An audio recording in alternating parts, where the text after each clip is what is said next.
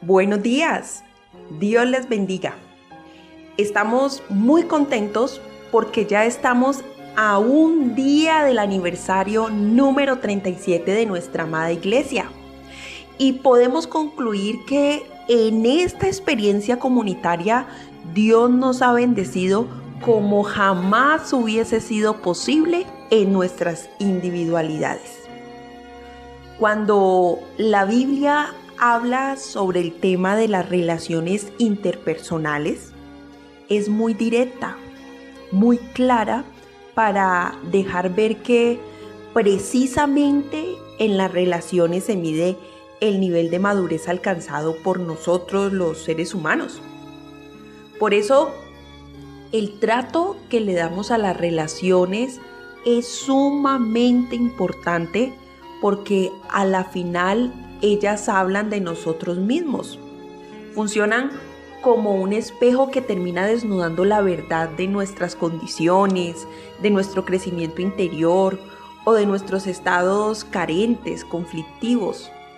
Por eso, un verdadero creyente de Dios no subestima las relaciones ni las tiene por menos, dándose ese capricho de hacer de ellas cualquier cosa, ignorarlas e incluso despreciarlas. Porque es que a la final nosotros los seres humanos somos seres interdependientes, es decir, que Dios nos pensó como seres comunitarios, nos hizo para el encuentro y para complementarnos como especie. Nunca uno como persona va a ser suficiente en uno mismo para salir adelante, para resolverlo todo, para sostener esta sociedad. Nosotros, por ejemplo, continuamente nos estamos viendo favorecidos por el trabajo de otras personas, la dedicación, los logros, los descubrimientos de otros. Solamente pensar en el descubrimiento de la electricidad o todo lo que tiene que ver con el manejo alrededor de los criterios para la salud, la higiene, el sistema sanitario y tantas cosas que nos permiten descubrir que en términos humanos las posibilidades que tenemos hoy son mucho mejor porque nosotros somos el producto de un desarrollo y de una herencia histórica comunitaria, por la gracia de Dios. Por tanto, uno puede darse cuenta que el otro o que los otros son significativos, necesarios, importan, son reales, son personas que sienten, que existen, que se duelen. Todo igual a mí. Ahora, ser consciente de eso me debería llevar a generar cada vez una mejor actitud y mejores deseos en razón al bien de los otros, la dignidad de los otros, digámoslo así, la felicidad del otro. Y cuando en mí se despierta ese nivel de conciencia, porque descubro que eso es lo que Dios siempre ha querido, la realización de todos los seres humanos, ese sentido de plenitud y de bienestar, que para las otras personas no debe ser menos que para mí. Y además, porque yo me veo como objeto de la gracia de Dios, de que Dios nos tiene amor, es imposible que uno se pierda o pierda tanto tiempo haciendo de las relaciones un conflicto cuando pudiéramos entender que todo lo que Dios ha querido es bendecirnos con ellas, a través de ellas. Una persona que madura en ese sentido es una persona que puede entender lo importante de caer en gracia, no solo en lo que se refiere a Dios, sino caer en gracia para con los seres humanos. Lucas 2:52, hablando de Jesús, dice que Jesús procuraba, es decir, crecía en gracia, no solo para con Dios, sino para con los hombres. ¿Y qué es caer en gracia para con los hombres? Porque yo me puedo quedar todo el tiempo diciendo cuán interesado estoy en hallar el favor de Dios, pero hay una invitación y es que yo también pueda caer en gracia para con los hombres, que yo pueda caer en buena estima, en aprecio, que pueda dar una buena impresión, que pueda facilitar la acogida, el encuentro, ser de agrado. Si Jesús entendió lo importante que eran las relaciones y las valoraba y se construía en ellas, ¿cuánto más nosotros hoy?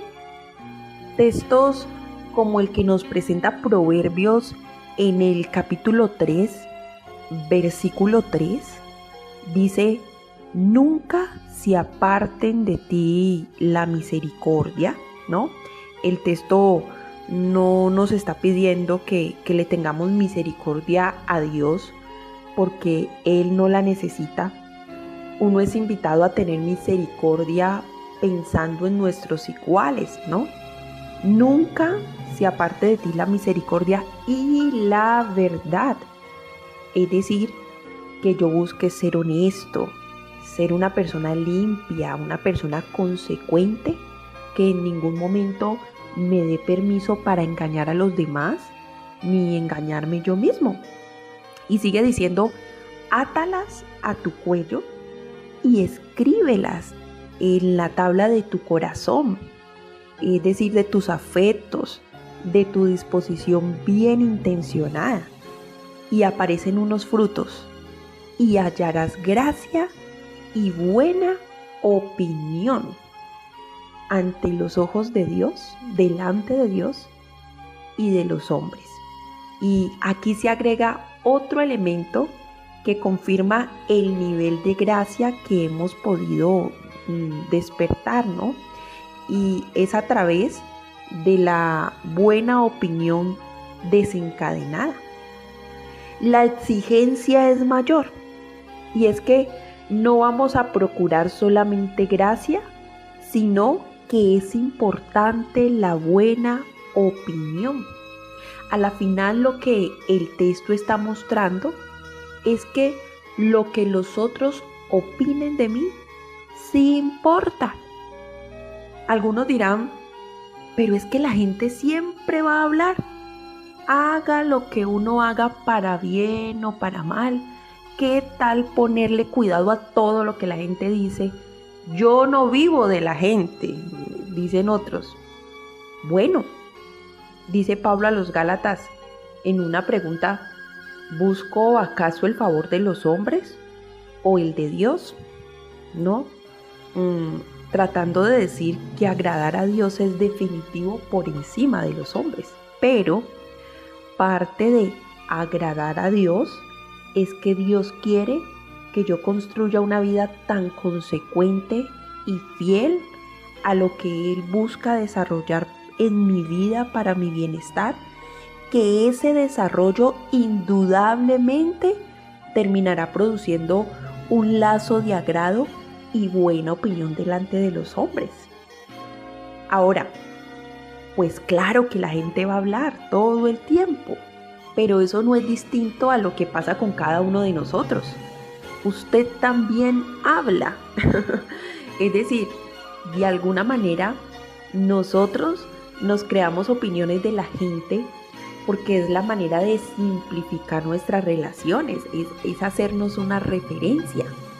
¿O acaso usted no tiene una referencia de su presidente, de sus líderes, de sus vecinos?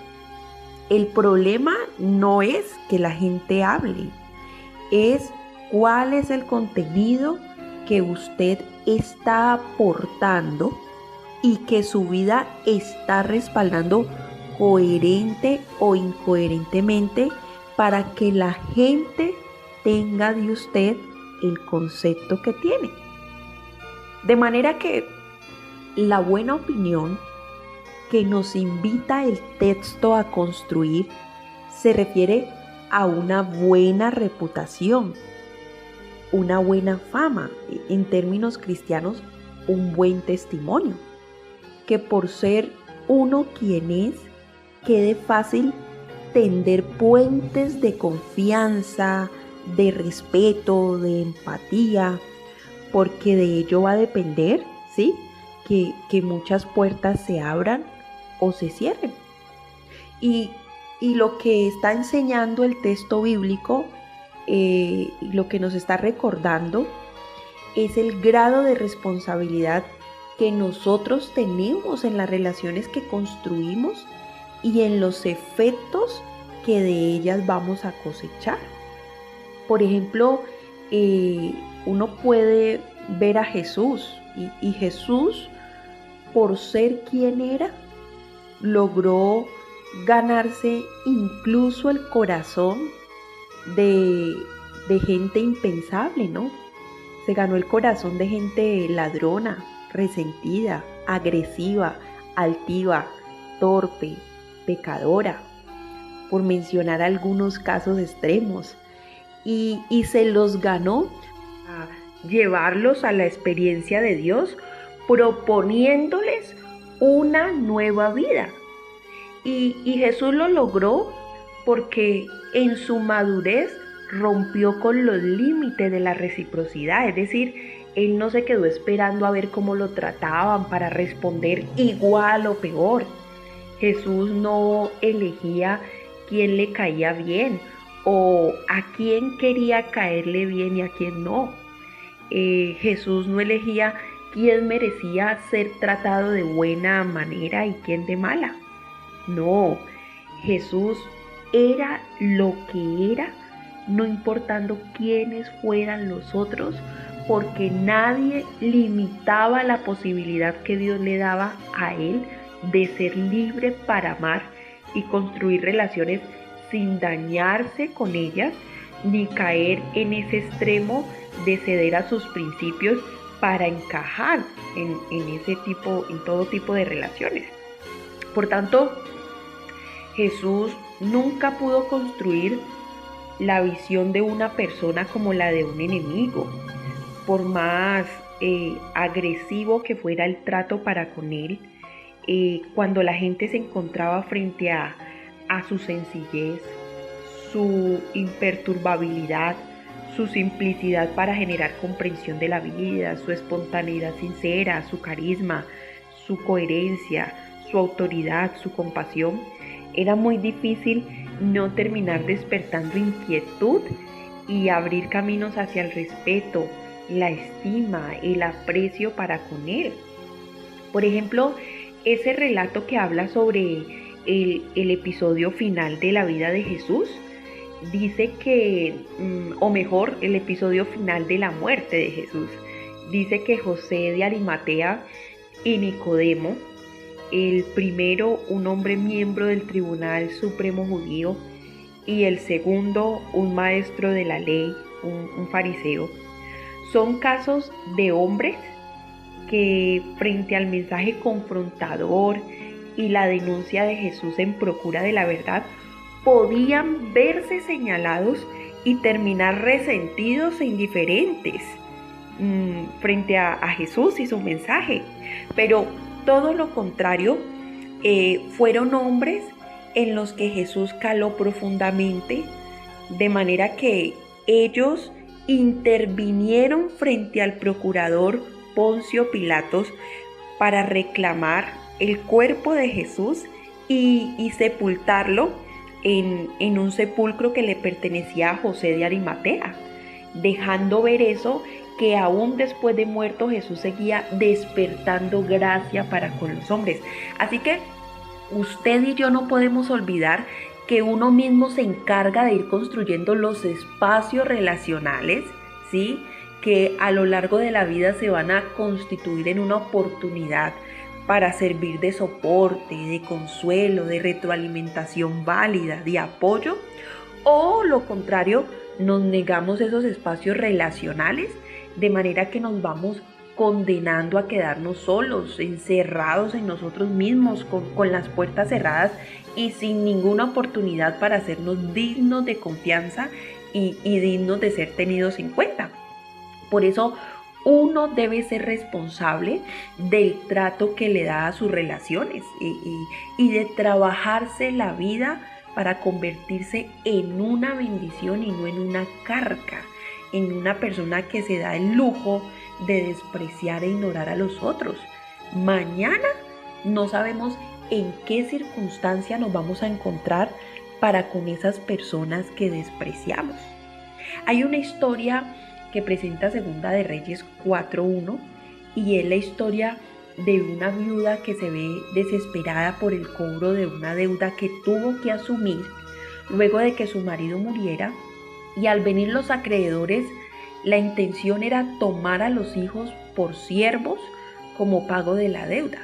Esa mujer con angustia va y le clama al profeta Elías, quien le propone tomar lo único que decía tener la mujer, que era una vasija de aceite, para llenar con esa vasija otro resto de vasijas vacías y de esa manera contar con el recurso suficiente, así que vendiendo la cantidad de aceite pudiera pagar la deuda.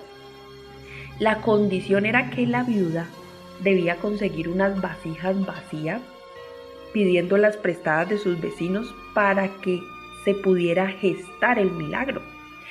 Era sumamente definitivo para la viuda el buen trato y la calidad relacional que tuviera con sus vecinos para que ellos con gusto accedieran a prestarle sus vasijas. Pero, ¿qué hubiese pasado si por más disposición que tuviera Dios a través del profeta para ayudar a esta mujer, ella no tuviera ningún tipo de respaldo relacional que confirmara el milagro por sus malos manejos interpersonales?